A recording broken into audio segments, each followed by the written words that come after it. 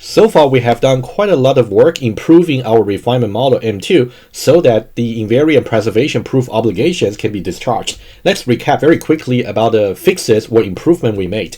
We initially tried to add a new invariance condition number 5, and also we tried to add actions into the two new events, and also we tried to split the events ML out and also IL out in each one of them into two to really look after different conditions. And whenever we need to turn off the traffic lights or turn it into red, we should really do so. There are two more remaining aspects about a refinement that we need to speak about. One would be about the life locks. We want to argue whether or not the new events really diverge, in which case we have to improve it. And number two, we would like to speak about relative Taylor freedom. And then we'll summarize about what we have achieved in the refinement model M2. Let's now first of all talk about the life locks or new events diverging. Remember, whenever you talk about divergence, you only consider the new events that are actually introduced into the model.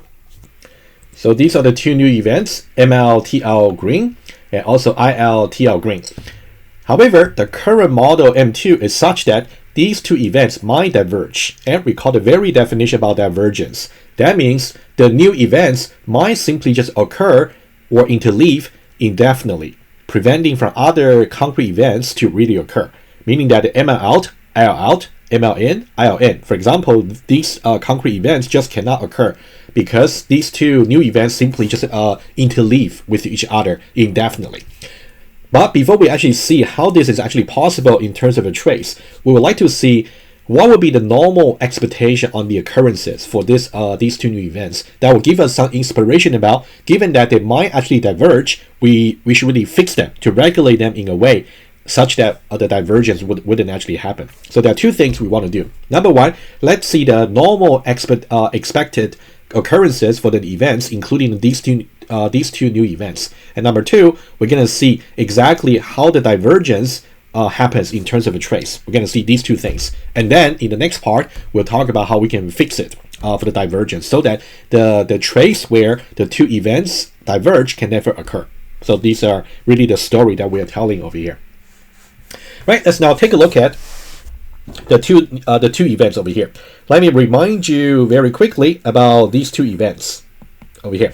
Okay, and in the case of the ML-TL green, right, ML-TL green, what it is supposed to do is it is actually supposed to turn the ML-TL to be green, apparently, and of course it's going to make sure currently the same light should be red.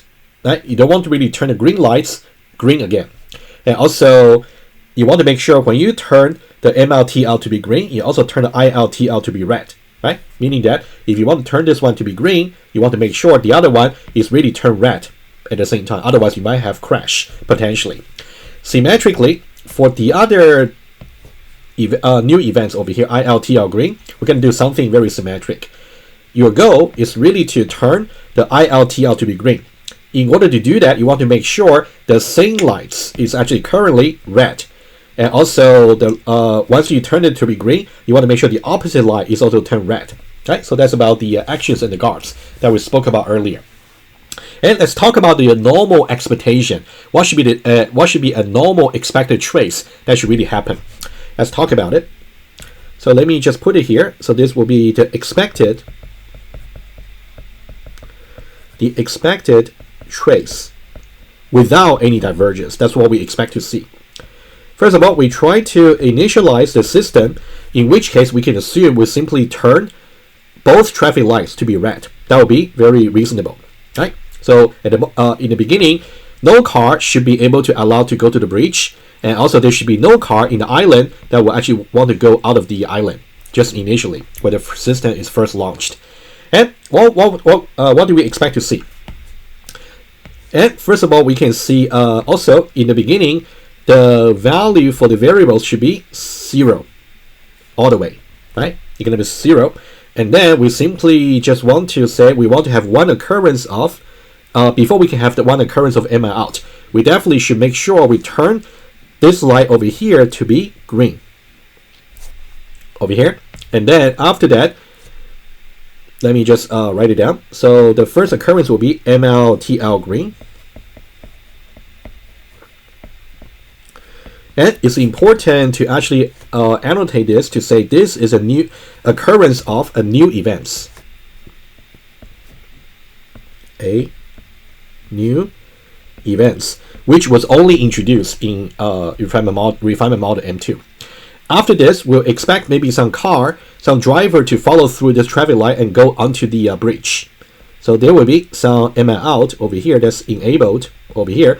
And ML out over here is not a new event anymore. And then the car go onto the bridge, and eventually they will enter into the island. IL in over here. Right, so we got ML out and also IL in. Right, you can see the first part makes sense. And the other part will be kind of symmetric. Let's say for the same card, they also want to go out of the island. In that case, it cannot really occur until this part of the lights is actually turned green. At the moment, let's say after IL in, we will decrement, well, of course, after ML out, you're going to increment the counter over here by 1. Right? But after IL in, you're going to decrement it back to 0. That's something I wouldn't show. That's something we have done many times already. So what we can do is, at the moment, it would be okay to really turn this one to be green, because at the moment, A is simply equal to 0. You can definitely check the guard to see whether it is okay. It's definitely okay. So that means after IL in, the value for B will just be 1. So the car is in the island. So what we'll do is we're going to turn this light over here from red to green. So what's going to happen is we're going to have over here IL TL green over here, and then so this is also a new event. Okay, also putting orange. After this, we'll expect some driver on the island to follow through. Okay, so this will be IL out. And after that, the driver will also try to go back to the mainland, so that'll be ML in. Right, let me write it down. IL out, and then ML in. This is a very simple trace just to show to you for a single car how it is supposed to follow through the traffic lights after it's been turned green, all the way to the island and all the way back to the mainland, just for a single car. Of course, you can try to come up with more complicated traces if you wish. And it's really important to see this particular trace does not demonstrate divergence, because you can see these events over here, ML out, IL in, IL out, and also ML in. So these are the so-called old events. As long as the old events can actually occur, it's not divergence. Okay, so all these are just the old events. Right, so this trace over here, no divergence. And indeed, this will be how we expect all the events to be should be interleaved. No divergence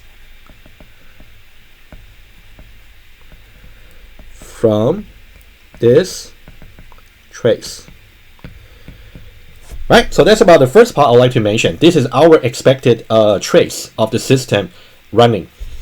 And we're going to show you one trace that's actually allowed by the current model that's actually going to have the two new events diverge, meaning that the traffic lights somehow can just somehow change their colors from red to green, green to red, red to green, green to red. However, there'll be no way for the ML out, IL in, IL out, and ML in to really occur. Let's see how that is possible. That's exactly what we want to really first get ourselves convinced, and admitting that the current system actually has a life lock, and then we will see how to fix it. If you go back to the slides, you will see that this is actually the trace, which is a valid one for the current system. However, starting from this point over here, we are actually able to just have occurrences of the two events, MLTL green, ILTL green, happening indefinitely. And other concrete O events simply have no space to really occur. This will be the trace I want to go over quickly with you together, and then we will just conclude that our current system indeed diverge and also has a life lock. Let's take a look. And before I do that, let me just make some space for us very quickly. So let me just make this part over here smaller, so I will be able to draw this second trace. Okay, I think this will be good enough. Okay, Right, let me now draw that trace you just saw on the slides. Okay, basically just copy and paste. Okay, over here. Right, I think there should be enough room for us. Okay, and it's really important to emphasize this trace over here is also a valid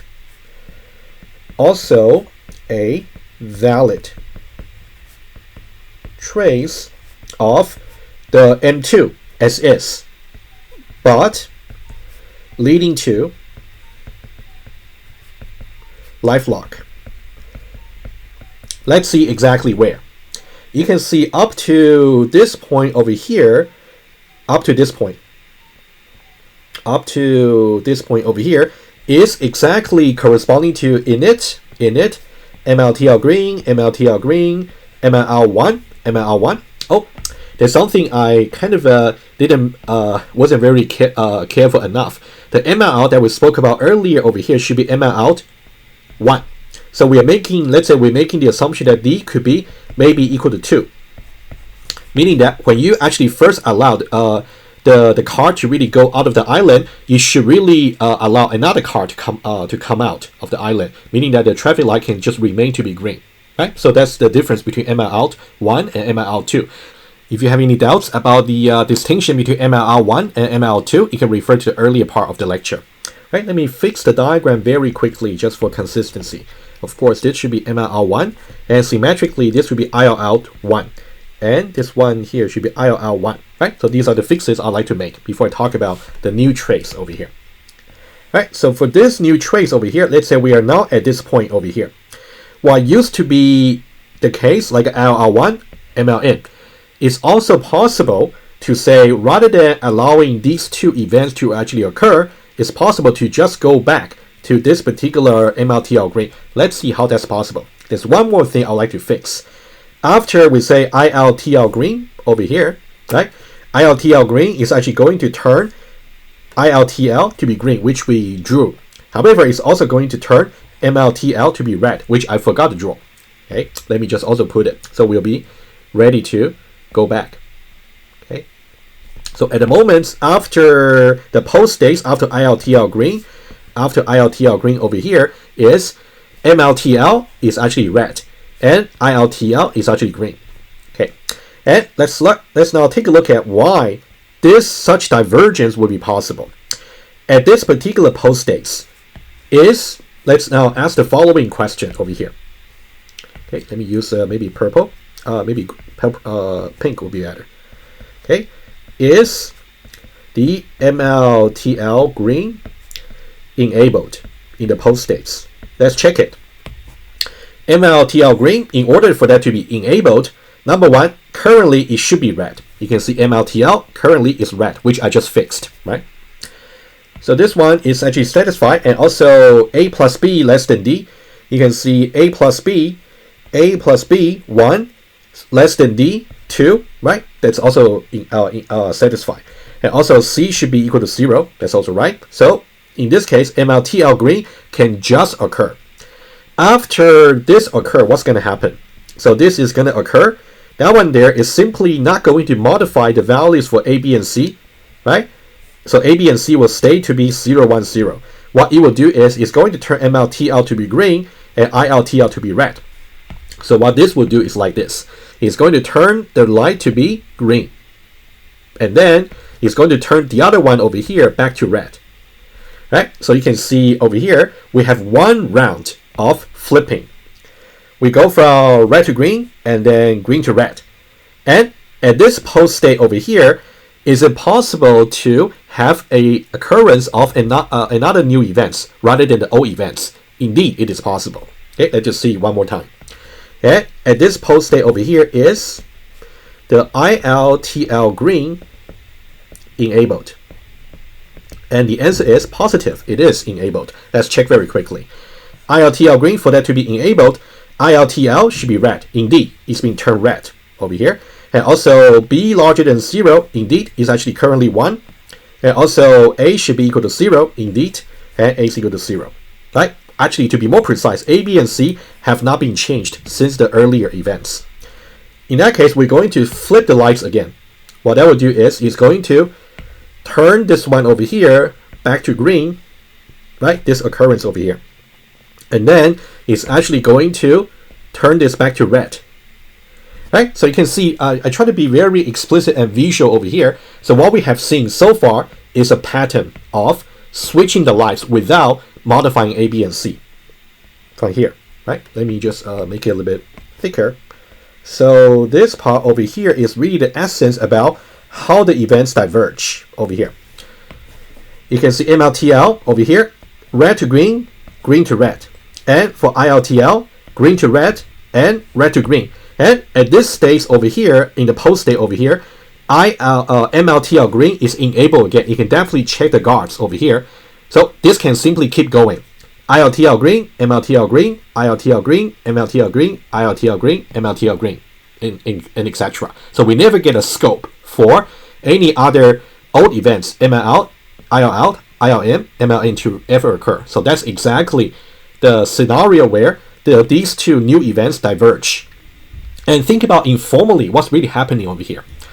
What's happening over here is at this point over here, the traffic light over here somehow just change between colors so rapidly. In which case, even though there might be some driver who actually want to pass from either from mainland or from island, they simply got confused because the light is changing so quickly from green to red, red to green, green to red, red to green. And since we assume that they're going to obey the signal, in that case, they will never get a chance to pass through onto the bridge, right? So that's why divergence could be very bad for your system. Even though your system is somehow working, I mean, the traffic lights are changing their colors, but nothing useful has been done because only traffic lights color are being changed. It's very important for you to convince yourself. Let me recap. This will be the expected normal occurrence of all the old and new events, in which case it doesn't diverge. Okay, this will be trace number 1. And trace number 2 is also possible for our current M2. However, this trace illustrates how the two new events may diverge, starting from over here, right? You can see exactly over here.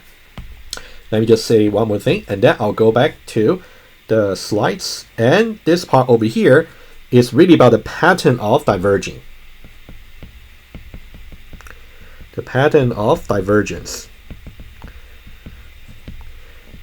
In which case, the two new events, ILTL green, MLTL green, simply interleave with each other indefinitely. So all other old events just cannot occur.